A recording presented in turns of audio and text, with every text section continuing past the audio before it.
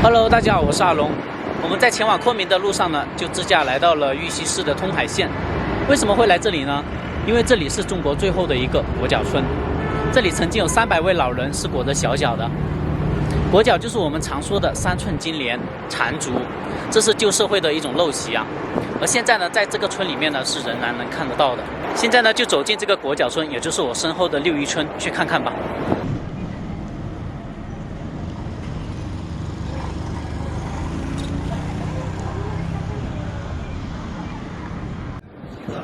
往这个村子里面走呢，就看到了这里有壁画了。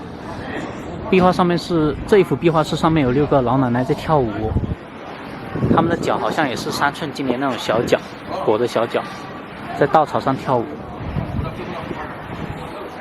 然后旁边还有几个字写的“金莲绝唱”，这个意思可能是说再也没有3寸金莲的女人了，成了绝唱。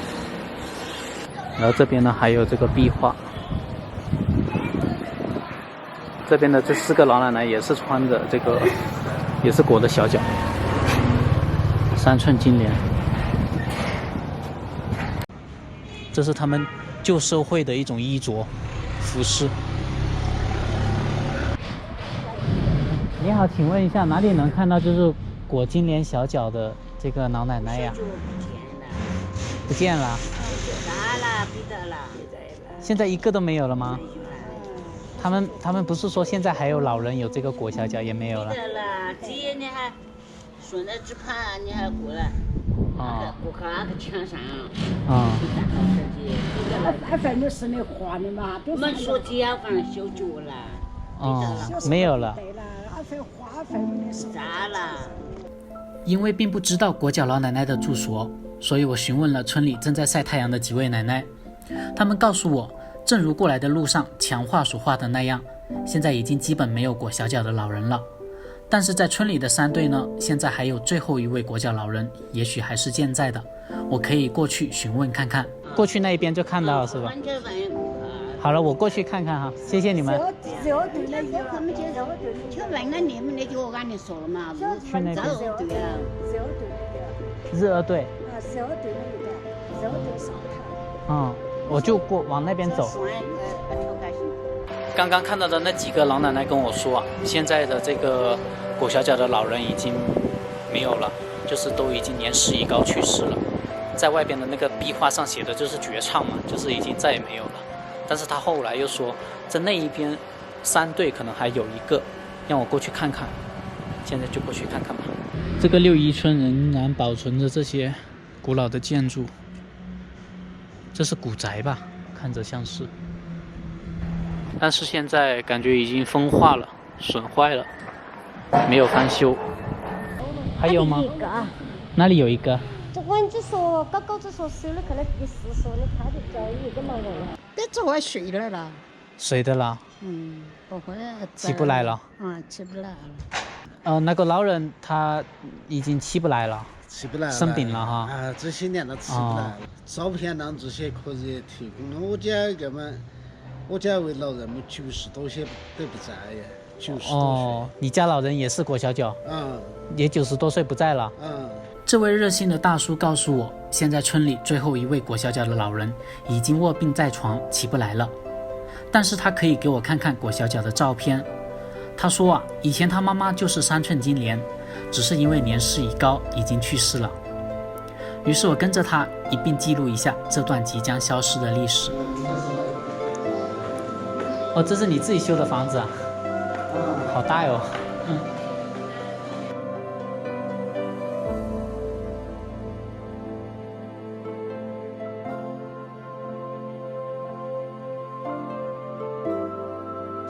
你看嘛，这种就是正宗的小脚。我们养的这是正宗的小脚，就裹的小脚嘛。对的嘛，这就叫3寸金莲了嘛。3寸金莲。他什么时候就是不在了？不在了。他也在我这10多年了。不在好几年了。好几年了哈。他一辈子整在这些。好几年了。一辈子整在这些。照片。不了吗？这个是老人的照片。这也是王慧媛。早产黑白的呀，这也是对吗？王慧媛生于1909年。1909年。哦，95年的时候拍的。哦，好了嘛。哦，他那个时候还是穿着这个小脚的鞋子。是的嘛。嗯。现在都没有了，这个村子。没得了。别带了。一个都没得了。别带了。只有一个当时，只有一个就是病倒了。病倒了，只有一个。病倒了，病了，不爱走了，这个起不来了。起不来。起不来。小脚鞋了嘛？还有啊。小脚鞋我还是保存的。还保存着在。在哪儿啊？你可以看一下吗？或者那么是送进了，他们传过了。啥做纪念了？现在他们搞那个宣传，画那个画出来那些不是不是老人，不是正宗的三寸金莲。他是不会跳舞的。这些会跳的嘛。哦，没法跳舞哈。这些老人小脚老人打参加打地质球，还拿到冠军，还跳三寸金莲我样是，2年一跳，那2年跳。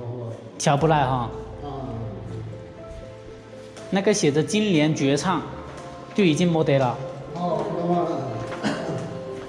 哦，就是这个。我可以看一下吗？哦，大叔他给我们拿出了3寸金莲的鞋子，这个鞋子真的很小啊，你看就是我一个手掌这个大小。就2个手掌。很难想象，就是把这个脚穿进去。我们的大妈就是这种型号的小脚了。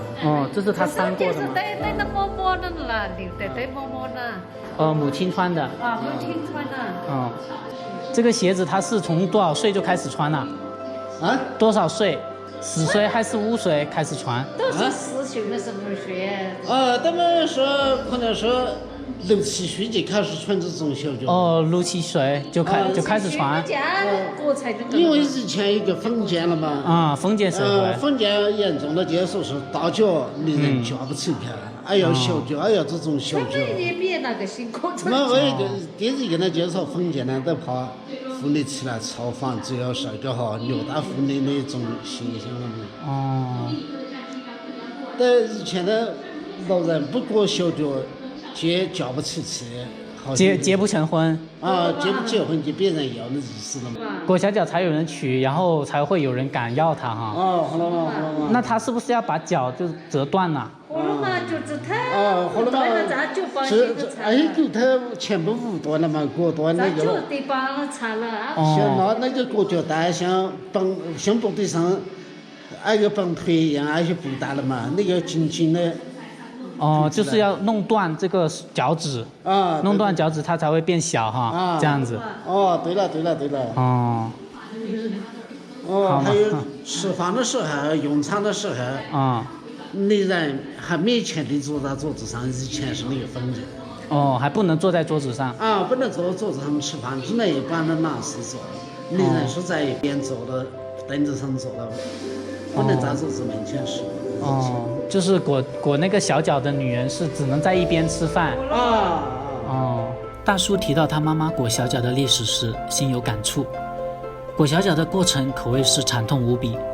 他妈妈从6岁就开始缠足，长辈们不顾他撕心裂肺的哭喊，用长布条将拇指以外的4个脚趾连同脚掌折断裹起，形成3寸金莲。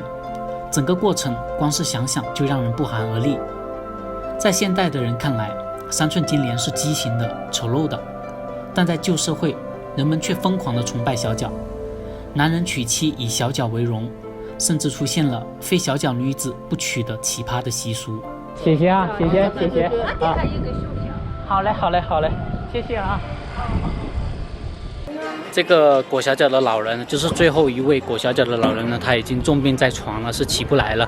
所以呢，我也没有去彻底的去继续跟踪一下他们的家到底在哪里，因为我如果这样子去到的话，也会打扰到这个重病的老人。他们说原来这个村子还挺多这个裹小脚的老人的，后来就因为年事已高，就一一去世了。我现在要准备回去了，然后经过这边的壁画，再看这几个字，金莲绝唱，确实是啊，在这个村子呢，以后再也没有这个3寸金莲的老人了。那个大叔也说了，其实3寸金莲的老人是不可能这样子跳舞的，因为他们的那个脚掌呢是已经畸形了的，是没法站立的，没法正常行走的。那个大叔还跟我说，他妈妈呢是为了裹小脚，还拔除了脚拇指的4个脚趾，就脚掌给折断的，以达到裹小脚的这个目的。